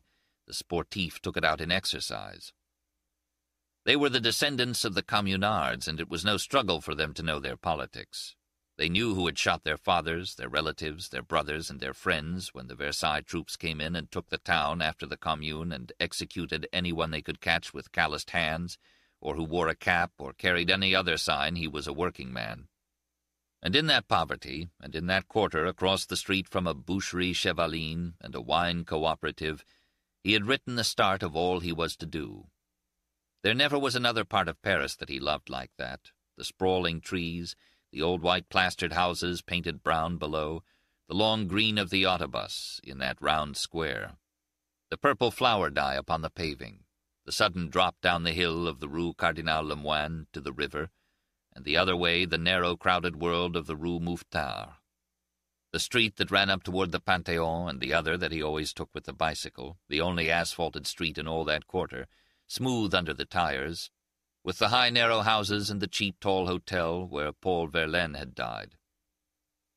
There were only 2 rooms in the apartment where they lived, and he had a room on the top floor of that hotel that cost him 60 francs a month where he did his writing, and from it he could see the roofs and chimney pots and all the hills of Paris. From the apartment you could only see the wood and coal man's place. He sold wine, too, bad wine. The golden horse's head outside the boucherie chevaline, where the carcasses hung yellow, gold, and red in the open window, and the green-painted cooperative where they bought their wine, good wine and cheap. The rest was plaster walls and the windows of the neighbors who at night, when someone lay drunk in the street moaning and groaning in that typical French ivresse that you were propaganded to believe did not exist, would open their windows and then the murmur of talk. Where's the policeman? When you don't want him, the bugger is always there. He's sleeping with some concierge. Get the agent. Till someone threw a bucket of water from a window and the moaning stopped. What's that? Water? Ah, that's intelligent. And the windows shutting. Marie, his femme de ménage, protesting against the 8-hour day, saying, if a husband works until 6, he gets only a little drunk on the way home and does not waste too much. If he works only until 5, he is drunk every night and one has no money. It is the wife of the working man who suffers from this shortening of hours. Wouldn't you like some more broth? The woman asked him now. No, thank you very much. It's awfully good. Try just a little. I would like a whiskey soda. It's not good for you. No, it's bad for me. Cole Porter wrote the words and the music. This knowledge that you're going mad for me.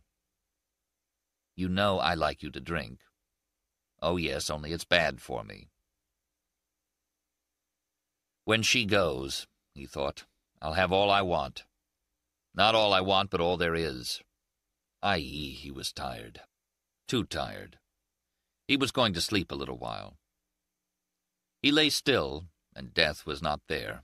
It must have gone around another street.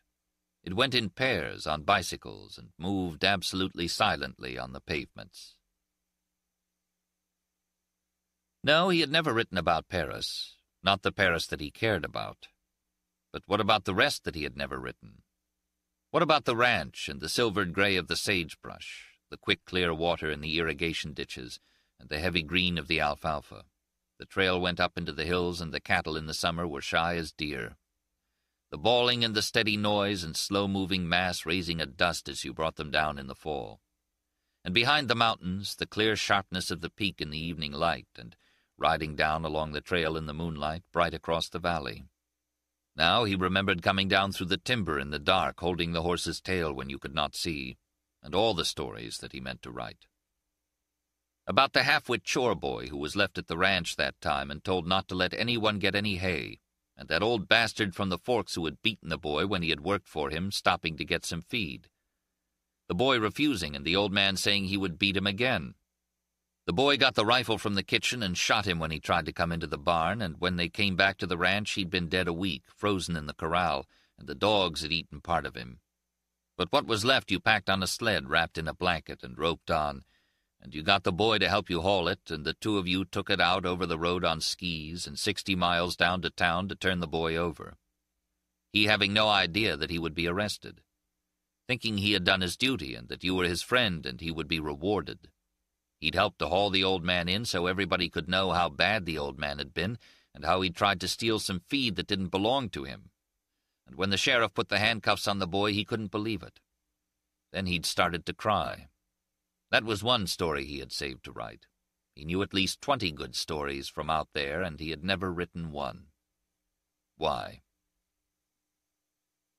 You tell them why, he said. Why what, dear? Why nothing. She didn't drink so much now, since she had him.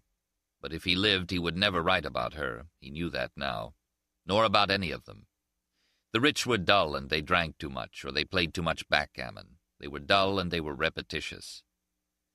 He remembered poor Julian and his romantic awe of them, and how he had started a story once that began, "The very rich are different from you and me," and how someone had said to Julian, "Yes, they have more money." But that was not humorous to Julian. He thought they were a special glamorous race, and when he found they weren't, it wrecked him just as much as any other thing that wrecked him. He had been contemptuous of those who wrecked. You did not have to like it because you understood it. He could beat anything, he thought, because no thing could hurt him if he did not care. All right, now he would not care for death. One thing he had always dreaded was the pain. He could stand pain as well as any man until it went on too long and wore him out. But here he had something that had hurt frightfully, and just when he had felt it breaking him, the pain had stopped. He remembered long ago when Williamson, the bombing officer, had been hit by a stick bomb someone in a German patrol had thrown as he was coming in through the wire that night, and screaming had begged everyone to kill him. He was a fat man, very brave, and a good officer, although addicted to fantastic shows. But that night he was caught in the wire, with the flare lighting him up and his bowels spilled out into the wire. So when they brought him in alive, they had to cut him loose. "Shoot me, Harry. For Christ's sake, shoot me." They had had an argument one time about our Lord never sending you anything you could not bear, and someone's theory had been that meant that at a certain time the pain passed you out automatically. But he had always remembered Williamson that night. Nothing passed out Williamson until he gave him all his morphine tablets that he had always saved to use himself, and then they did not work right away. Still, this now that he had was very easy, and if it was no worse as it went on, there was nothing to worry about, except that he would rather be in better company.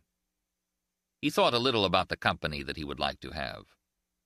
No, he thought, when everything you do too long and do too late, you can't expect to find the people still there. The people all are gone. The party's over, and you are with your hostess now. I'm getting as bored with dying as with everything else, he thought.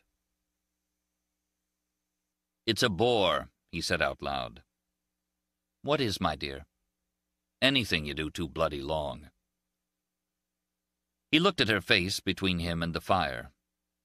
She was leaning back in the chair, and the firelight shone on her pleasantly lined face, and he could see that she was sleepy. He heard the hyena make a noise just outside the range of the fire. I've been writing, he said, but I got tired. Do you think you will be able to sleep? Pretty sure. Why don't you turn in? I'd like to sit here with you. Do you feel anything strange? He asked her. No, just a little sleepy. I do, he said. He had just felt death come by again. You know, the only thing I've never lost is curiosity, he said to her. You've never lost anything. You're the most complete man I've ever known. Christ, he said, how little a woman knows. What is that, your intuition? Because just then death had come and rested its head on the foot of the cot, and he could smell its breath. Never believe any of that about a scythe and a skull, he told her. It can be two bicycle policemen as easily, or be a bird, or it can have a wide snout like a hyena. It had moved up on him now, but it had no shape anymore. It simply occupied space. Tell it to go away. It did not go away, but moved a little closer. You've got a hell of a breath, he told it. You stinking bastard.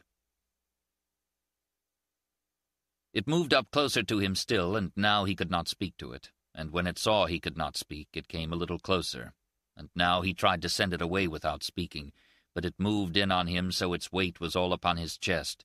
And while it crouched there and he could not move or speak, he heard the woman say, Juana is asleep now. Take the cot up very gently and carry it into the tent. He could not speak to tell her to make it go away, and it crouched now, heavier, so that he could not breathe. And then, while they lifted the cot, suddenly it was all right, and the weight went from his chest. It was morning, and had been morning for some time, and he heard the plane. It showed very tiny, and then made a wide circle, and the boys ran out and lit the fires, using kerosene, and piled on grass, so there were two big smudges at each end of the level place, and the morning breeze blew them toward the camp, and the plane circled twice more, low this time, and then glided down and leveled off and landed smoothly, and coming walking toward him was old Compton in slacks, a tweed jacket, and a brown felt hat. "What's the matter, old cock?" Compton said. "Bad leg," he told him. "Will you have some breakfast?" "Thanks, I'll just have some tea. It's the puss moth, you know. I won't be able to take the Mem Sahib. There's only room for one. Your lorry is on the way." Helen had taken Compton aside and was speaking to him. Compton came back more cheery than ever. "We'll get you right in," he said. "I'll be back for the Mem. Now, I'm afraid I'll have to stop at Arusha to refuel. We'd better get going." "What about the tea?" "I don't really care about it, you know." The boys had picked up the cot and carried it around the green tents and down along the rock and out onto the plain and along past the smudges that were burning brightly now, the grass all consumed, and the wind fanning the fire, to the little plain. It was difficult getting him in, but once in he lay back in the leather seat, and the leg was stuck straight out to one side of the seat where Compton sat. Compton started the motor and got in. He waved to Helen and to the boys, and as the clatter moved into the old familiar roar, they swung around with Compy watching for warthog holes and roared, bumping along the stretch between the fires, and with the last bump rose, and he saw them all standing below, waving, and the camp beside the hill flattening now, and the plain spreading, clumps of trees, and the bush flattening, while the game trails ran now smoothly to the dry water holes, and there was a new water that he had never known of. The zebra, small rounded backs now, and the wildebeest, big-headed dots, seeming to climb as they moved in long fingers across the plain, now scattering as the shadow came toward them. They were tiny now, and the movement had no gallop, and the plain, as far as you could see, gray-yellow now, and ahead old Compy's tweed back and the brown felt hat. Then they were over the first hills, and the wildebeest were trailing up them, and then they were over mountains with sudden depths of green rising forest and the solid bamboo slopes, and then the heavy forest again, sculptured into peaks and hollows until they crossed, and hills sloped down, and then another plain, hot now and purple-brown, bumpy with heat, and Compy looking back to see how he was riding. Then there were other mountains dark ahead. And then, instead of going on to Arusha, they turned left. He evidently figured that they had the gas. And looking down, he saw a pink sifting cloud moving over the ground and in the air, like the first snow in a blizzard that comes from nowhere, and he knew the locusts were coming up from the south. Then they began to climb, and they were going to the east, it seemed. And then it darkened, and they were in a storm, the rain so thick it seemed like flying through a waterfall.